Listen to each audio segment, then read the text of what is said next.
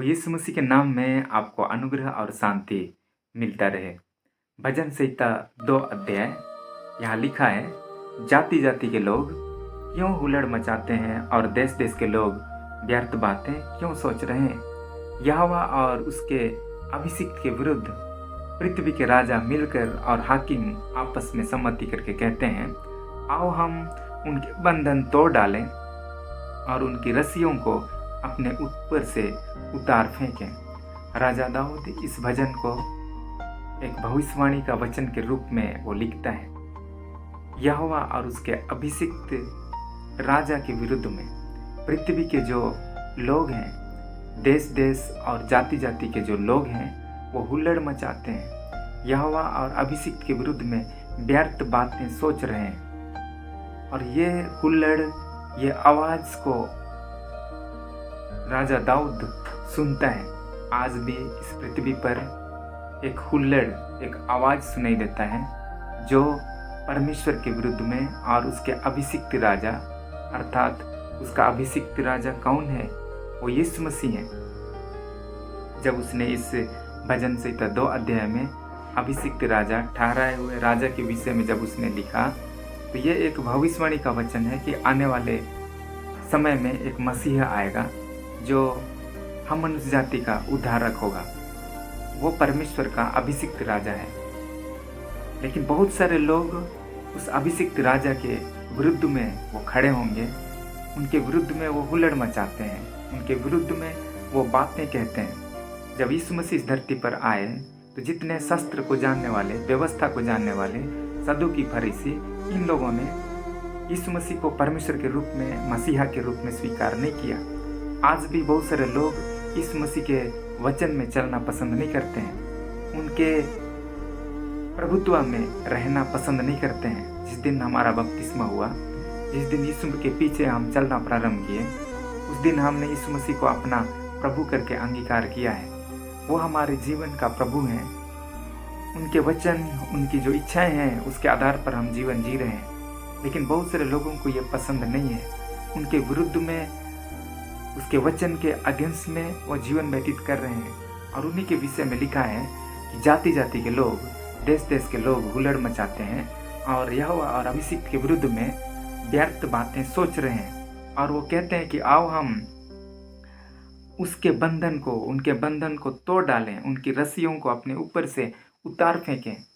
परमेश्वर का जो व्यवस्था है, परमेश्वर का जो नियम है, उसको अपने जीवन से हम उतार फेंकें। उनको परमेश्वर का अधीन में रहना पसंद नहीं है और वो अपना मनमानी, अपनी मन की इच्छा पर वो चलना पसंद करते हैं। उनके मन में जो इच्छाएं उत्पन्न हो रही हैं वही वो कर रहे हैं। आज दुनिया में अपने चारों ओर हम पाप और बुराई को देख सकते हैं, जहाँ व्यक्ति अपनी इच्छा के आधार पर जीवन व्यतीत कर रहा है। उनको परमेश्वर के अधीन में आना पसंद नहीं है, परमेश्वर के वचन के पास आना पसंद नहीं है। और उन्हीं के विषय में लिखा है कि जाति जाति के लोग हुल्लड़ मचाते हैं। आगे लिखा है, वह जो स्वर्ग में विराजमान है हंसेगा, प्रभु उनको ठट्ठों में उड़ाएगा। तब वह उनसे क्रोध में बातें करेगा और क्रोध में कहकर उन्हें घबरा देगा। मैं तो अपने ठहराए हुए राजा को अपने पवित्र पर्वत सिय्योन की राजगद्दी पर बैठा चुका हूँ। और तब परमेश्वर उनको देखेगा और उनको देख करके वो हंसेगा, उनको ठट्ठों में उड़ाएगा। इसलिए क्योंकि परमेश्वर एक दिन हम मनुष्य जाति का वो न्याय करने जा रहे हैं। बाइबल में लिखा है कि एक दिन वो बादलों पर हम मनुष्य जाति को, कलीसिया को लेने के लिए वो आएंगे और इस पृथ्वी का अंत होगा और इस पृथ्वी पर एक एक मनुष्य जाति का वो न्याय करेंगे, जज करेंगे। और इसलिए वचन में लिखा है कि वो उनको देख करके हंसेंगे। आज जितने उनको ठट्ठों में उड़ाते हैं, जो उनके वचन के आधार पर चलना पसंद नहीं करते हैं, उनके विरुद्ध में वो बातें कहते हैं, ऐसे लोगों को भी परमेश्वर के न्याय सिंहासन के सम्मुख में बैठना पड़ेगा। पवित्र शास्त्र बाइबल में बताती है कि उसका जो सिंहासन है वो सबसे ऊंचा है। आज परमेश्वर का अधीन में आना शायद हम पसंद नहीं करते हैं और अपने मन का राजा हम खुद हैं। जो हमको पसंद आता है वही हम करते हैं। लेकिन परमेश्वर चाहता है कि हम अपने दिल का राजा उसको बनाएं, अपने जीवन का केंद्र हम परमेश्वर को बनाएं और जो परमेश्वर चाहते हैं उसके आधार पर हम जीवन व्यतीत करें। अगर हम आज उसको एक राजा के रूप में अस्वीकार करते हैं, उनको अपनी ज़िंदगी का केंद्र के रूप में अस्वीकार करते हैं, तो भी हम एक दिन घूम करके उसी के पास हम आएंगे। क्योंकि बाइबल बताती है मनुष्य के लिए एक बार मरना और उसके बाद न्याय का होना नियुक्त है। एक दिन जब वो इस दुनिया का न्याय करेंगे तो बाइबल में लिखा है कि उसका जो सिंहासन है वो सबसे ऊंचा है और एक दिन वो सिंहासन पर विराजमान होंगे और एक एक मनुष्य जाति का वो न्याय करेंगे। उस दिन प्रकाशित वाक्य में जैसे लिखा है, जब वो बादलों पर आएगा तो हर कुल के लोग उनको देख करके छाती पीटेंगे। जिन्होंने उनको बेधा था वो भी छाती पीटेंगे, वो रोएंगे, क्योंकि वो उसी यीशु मसीह को देखेंगे बादलों पर आते हुए जिनका उन्होंने विरोध किया, जिनकी बातों पर वो चलना पसंद नहीं किए, उनके अगेंस्ट में उन्होंने व्यर्थ बातें की और एक दिन उनको भी उस न्याय सिंहासन के सम्मुख में खड़ा होना पड़ेगा। उनका न्याय हर किसी को सामना करना पड़ेगा और इसलिए परमेश्वर उनको देख करके हंसता है। जो आज अपनी इच्छा, अपनी मर्जी, अपने मन का राजा स्वयं बन करके अपने जीवन व्यतीत कर रहे हैं, उनको देख करके वो आज परमेश्वर हंसते हैं। एक दिन क्रोध में आकर के उनसे बातें करेगा। आगे लिखा है, मैं उस वचन का प्रचार करूंगा जो यहोवा ने मुझसे कहा, तू मेरा पुत्र है, आज तू मुझसे उत्पन्न हुआ है। यहाँ राजा दाऊद कहता है, मैं उस वचन का प्रचार करूंगा जो यहोवा ने मुझसे कहा, तू मेरा पुत्र है और तू मुझसे उत्पन्न हुआ है। आज हमारे ज़िंदगी में प्रचार करने के लिए क्या है?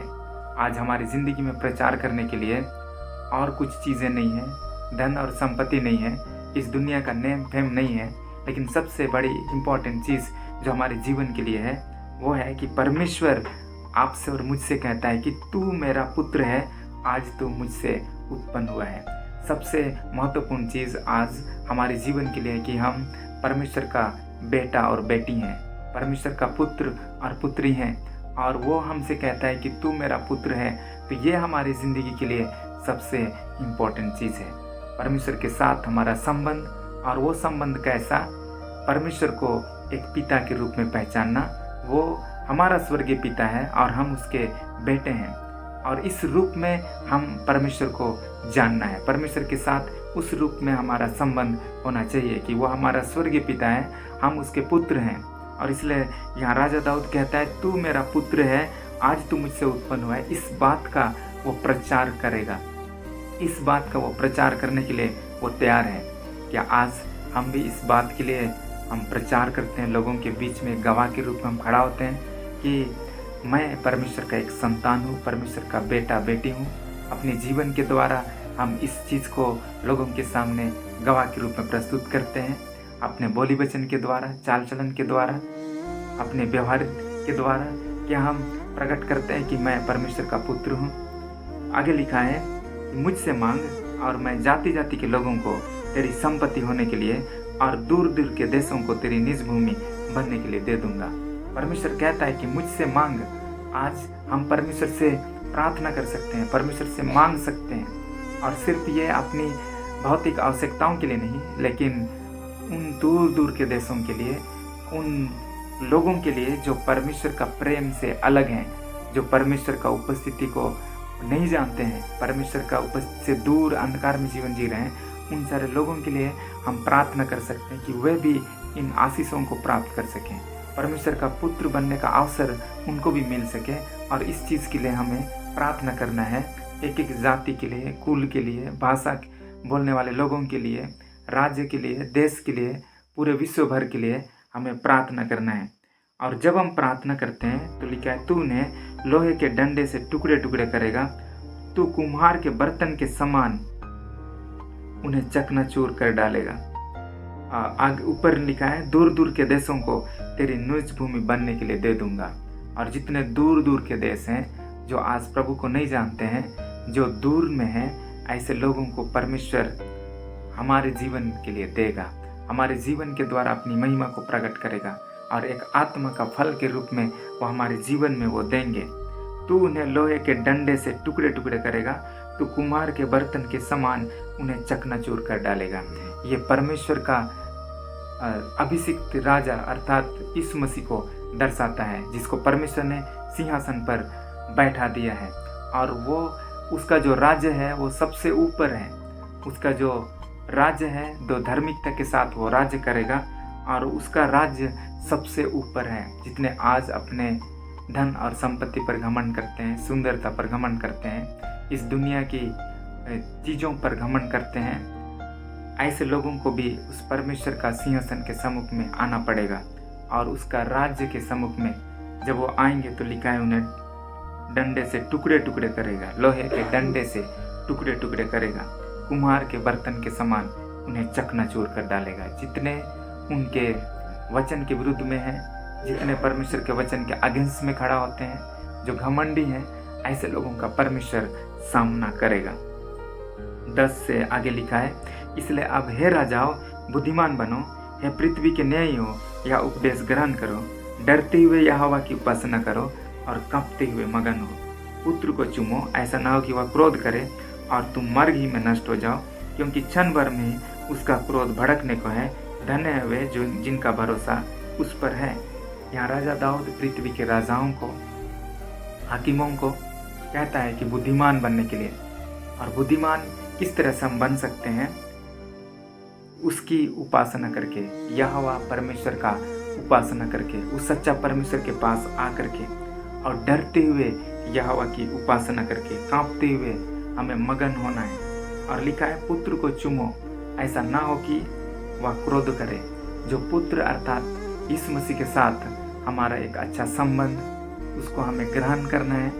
और अगर हम पुत्र को आज ग्रहण करते हैं तो फिर उसका क्रोध हमारे जीवन से जाता रहेगा। जो यीशु मसीह को, जो उस परमेश्वर का पुत्र है, उसको आज ग्रहण नहीं करता है, जिसको परमेश्वर ने इस पृथ्वी पर भेजा है मनुष्य जाति के छुटकारे के लिए, वो मनुष्य और परमेश्वर के बीच का बिचवाई है। वो मनुष्य को परमेश्वर के साथ जोड़ता है। अगर हम परमेश्वर के पास जाना चाहते हैं, यीशु मसीह को हमें स्वीकार करना होगा, यीशु को पकड़ना होगा। अगर हम यीशु के लहू में विश्वास करते हैं, इसमें विश्वास करते हैं, तो उसका लहू हमें पापों से क्षमा देता है। और पापों से क्षमा प्राप्त करके ही हम उस स्वर्गीय परमेश्वर के साथ संबंध बना सकते हैं, क्योंकि जो स्वर्गीय पिता है वो तो पवित्र है। और उस पवित्र परमेश्वर के साथ संबंध बनाने के लिए हमें यीशु मसीह को अपने जीवन में स्वीकार करना होगा। और जितने यीशु मसीह को आज अस्वीकार करते हैं, जो उनके विरुद्ध में खड़ा होते हैं, ऐसे लोगों के विषय में लिखा है कि उनका क्रोध उनके ऊपर में होगा। लिखा है कि क्षण भर में उसका क्रोध भड़कने को है। धन्य है वे जिनका भरोसा उस पर है। और वो व्यक्ति धन्य है जो उस पर भरोसा करता है, उसी व्यक्ति को धन्य कहा गया है। परमेश्वर आपको आशीष देने पाए। इसी तरह आप इस चैनल के साथ जुड़ सकते हैं, चैनल को सब्सक्राइब कर सकते हैं, अन्य लोगों तक भी इन संदेशों को आप पहुंचा सकते हैं। और कंटिन्यू हम भजन संहिता के एक एक अध्याय को हम अध्ययन करेंगे। परमेश्वर आपको आशीष देने पाए। आमीन।